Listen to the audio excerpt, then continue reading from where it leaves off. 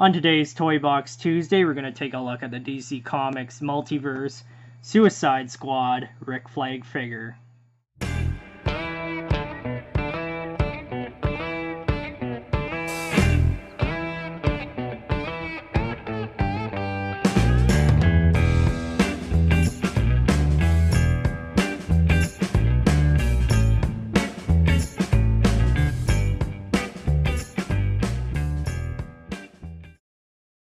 So yeah, guys, different review this time around because we're taking a look at some DC Comics figures. Only one this time.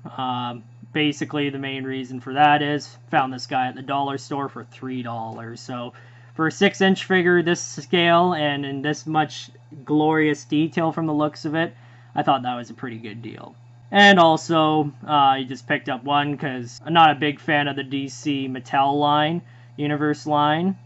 Some catch my eye here and there, but I'm not a big avid collector of the DC Universe Mattel line. I'm more of a Marvel guy.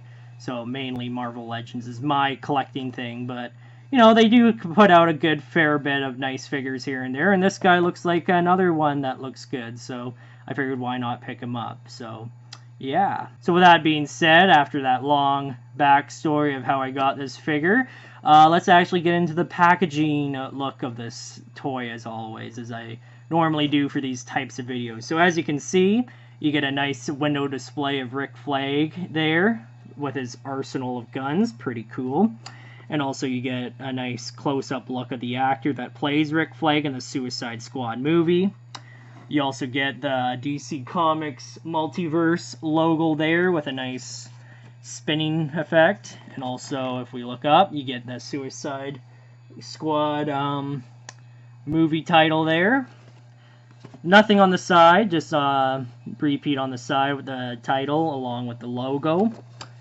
And also you get a nice look at the actor there who plays Rick Flag in the movie, and also the movie logo right there. So pretty cool. And also no read up, just the various characters in this wave. So you get Diablo, it looks like, Harley Quinn, Deadshot, Boomerang, Katana, and Batman. If you've seen the Suicide Squad movie, you know why he has that little scuba gear on. Probably spoil it for you, but whatever.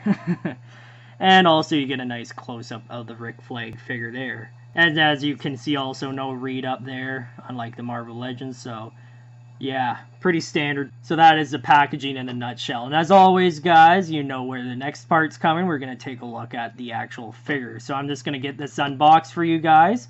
And, well, basically stay tuned in a short little bit, so stay tuned. And here is the figure out of packaging, and overall, he looks pretty cool. Now, before we get into the articulation and all the fun stuff we normally do on these Toy Box Tuesdays, we're going to take a look, of course, at his accessories. So first accessory he comes with is, well, this kind of bazooka cannon, if you will. Also, made in China. So just in case if you wondered where it's from, there you go. But overall, with cheesy jokes aside, this is actually a pretty nice detail look of his arsenal here, this bazooka cannon thing gun. Pretty good, I actually like it. It's a nice solid black paint, nothing too fancy. You know, pretty cool. Just simpleness goes a long way. And then you also get, I guess this is an assault rifle or some kind. Again, just solid black paint, nothing too fancy, and you know, surprisingly works very well. And on the look-up wise, I actually really like it. Pretty cool. And also, you get nice. Just zoom in for a bit for you guys. Also, do get a bit of detail there on the assault rifle. Very nice, as you can see too. Comes with a sight seeker and all the accurate stuff on a assault rifle. Very highly detailed for a plastic accessory. I'm very impressed with this accessory right here. And the next item he comes with is, of course, his pistol, which is very small. So if you happen to get this guy, just make sure you don't lose it. So very cool. Again, standard black wash with like the other two. And the final piece that's a little more colorful is, of course, the blade. And again, seems to be going with the black wash again. But instead, on top of the black wash, you get a bit of a brown there on the handle, which is a nice break of the thing. I would have liked if Mattel painted this silver at the blade. I would think it would have been a little more nicer. But, you know, that's just me. But other than that, that's pretty cool. He comes with that many accessories for one figure. So pretty cool. Pretty cool indeed. Now, with that being said, with all the accessories aside, what do I think of this figure overall? Well, not overall, but overall look of the figure. Honestly, he looks pretty solid. I actually like how Rick Flag turned out on this one. He's very cleanly painted. No paint bleed whatsoever. I like how his jacket has a bit of a military brownish look to it, which is very nice. Get a nice little badge there or some kind. Well, shoulder pads, I guess. Part of his uniform. And just the vest, too. Look at the detailing on the vest. Beautiful, I love it. And you get all these sort of walkie-talkies and military stuff around his waist there. Utility belt, I should say. Very nice. You get actually a walkie-talkie there. I'll just zoom in for a bit so you guys can see. So there you go. There's a walkie-talkie along with the other stuff. You can also see he has fingerless gloves there. I like how Mattel painted the hands, fingertips a bit dirty brownish, dirty tan color, like he's been in battle for a bit. Which is pretty cool. Same with the other hand. If we take a look at that. Very nice. You can see a bit of a brownish tint to it, so if all he has a very nice brownish tint on his fingers there. It's very nice. Very nice indeed. The face sculpt is actually pretty cool. Definitely looks like the actor in the movie. If you have a side profile there. Not so much on the side, but when you have the figure up close to the front there, kind of looks like the actor in the Suicide Squad movie a bit. I'll just put an image beside so that way it looks like, so you can get a reference point. Very nice. Very nice head sculpt indeed. His hair too is very nicely detailed, if you can see that. Let's just zoom in for you guys. As you can see, the hair details is phenomenal on this figure. I like how they made his hair a bit spiky on top, which is very nice. Even his mustache too looks like it's highly detailed as well, which is very nice too. Just an overall solid figure. And also, I forgot to mention, his cargo pants are very nicely detailed as well. Same with the boots and everything. Get a nice tracking underneath his boots. His pants are very nicely wrinkly and detailed. Same with the back there. And also up in the front.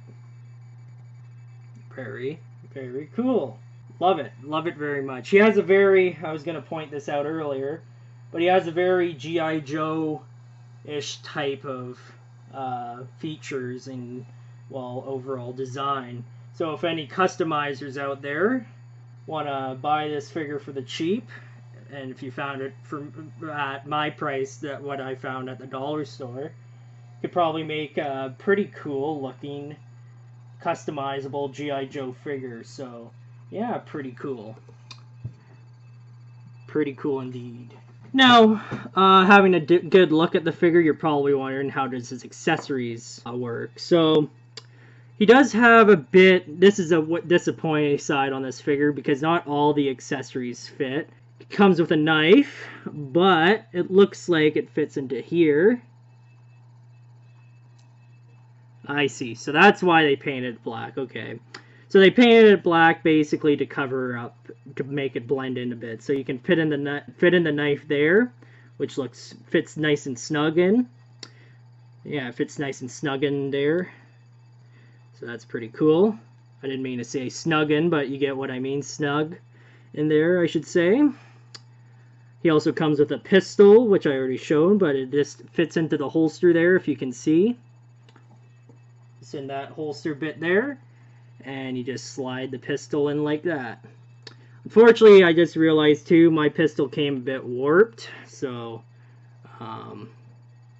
maybe, there you go. That's a bit better. Yeah, there you go. Just had to bend it a bit to make it unwarped, but as you can see, it's okay now. So you just put the pistol back in the holster there. If it will fit. There you go. It's a bit of a tight squeeze, but it fits in nicely. And also, if you want to, you can also display him with the guns. So, he has two open hands there, no interchangeable hands. So you just fit the pistols like so. Guns, I should say, like so. And any figure, I think he probably will fit it better in here. We'll just do this off camera. There you go. It's a bit awkward because his hands are a bit small to fit in the weapons, but they fit in pretty good. No complaints there. So if you want to, you can have him dual wielding or just single wielding. So we'll just take those off, actually. I'll do this off camera again. Now we have a gunless Rick Flag there. He also does carry the pistol and the knife too. I'll just quickly show you. So same idea. Fits the pistol like that, and knife like that. He actually holds his pistol and knife better than the two bazooka guns and heavy artillery guns, but oh well, I guess c'est la vie. It is what it is, which is okay. We'll just take the knife out and put it there.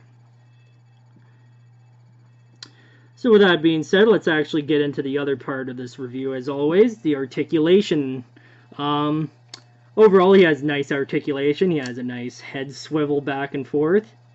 Unfortunately, there's no ball joint. It looks like it's just on a regular, can't go all the way around, just side to side, so that's a little disappointing that he doesn't have a ball joint, because it would be cool to have him go all the way around. And also on a pin and socket joint would have been beneficial too, but oh well. His arms can go all the way around. He can bend at the shoulder and bend in at the shoulder. You can bend at the elbow. You can do a slight swivel in the upper arm region. He has articulation in the wrist area. You can go back and forth. A bit of a swivel there. You can bend at the foot and bend back. You can also bend at the knee. Not all the way though, because how his pants are designed. You can do a slight swivel at the knee point, and you can bend all the way out at the leg region there. So as you can see, you can have him kick in the door if you want, or something like that. It's all typical DC Universe leg articulation there at the thigh, so it's not too bad there. It can also go in and out. And he also has an ab crunch, and he can rotate at the waist, and he has an ab crunch too. But it's a bit hindered by his vest there, so he can only do so much articulation there. So yeah, pretty cool. So with that being said, guys, you're probably wondering, what would I give this figure with all the fantastic features he comes with, and the articulation, and the well painted piece that it is. Overall, seeing how this figure is very solid and comes with literally all kinds of weapons you can ever dream of, especially for a G.I. Joe style character that this is, I'm easily giving him an 8.5. Again, as much as I like how this figure looks, I think that there could have been more articulation in the head area to give him more poses, and his hands could have been better sculpted to fit in his two other heavy artillery guns. And also, I wish that there was better articulation in the knee area. If we could get more articulation with in the knee joint area because it hinders a bit, and also his vest could have been better sculpted so we can get some nice articulation in the vest area. But overall, slight nitpickiness aside, an 8.5 is fairly solid. And for the price I paid for this figure overall, I think it's very well worth to add to your collection. Maybe if you can find them for a $3 price point like I did, but if you can find them anywhere online or in a comic book store, I would suggest pick this guy up because he's actually a pretty decent looking figure. And also, as I mentioned before, if you're into customizable work, you can actually turn this figure, Rick Flag figure, into a customizable 6-inch G.I. Joe figure, whether it be, you know, any of the Joes in the line. Choose your pick. So that is it for today's Toy Box Tuesdays, guys. I hope you enjoyed this video. And as always, stay tuned for more content from my channel and just generally geeky stuff on my channel. I do more than just toy reviews. I also do movie reviews, as you can see, and I do a bit of video game playthroughs here and there. So if you like anything like that, just hit that subscribe button and basically like this video if you want to see more toy reviews from me and just generally geeky stuff in general. Just your support goes a long way, and positive feedback makes me know that you guys like these videos. So as always, guys, from Morgan Entertainment, stay entertained.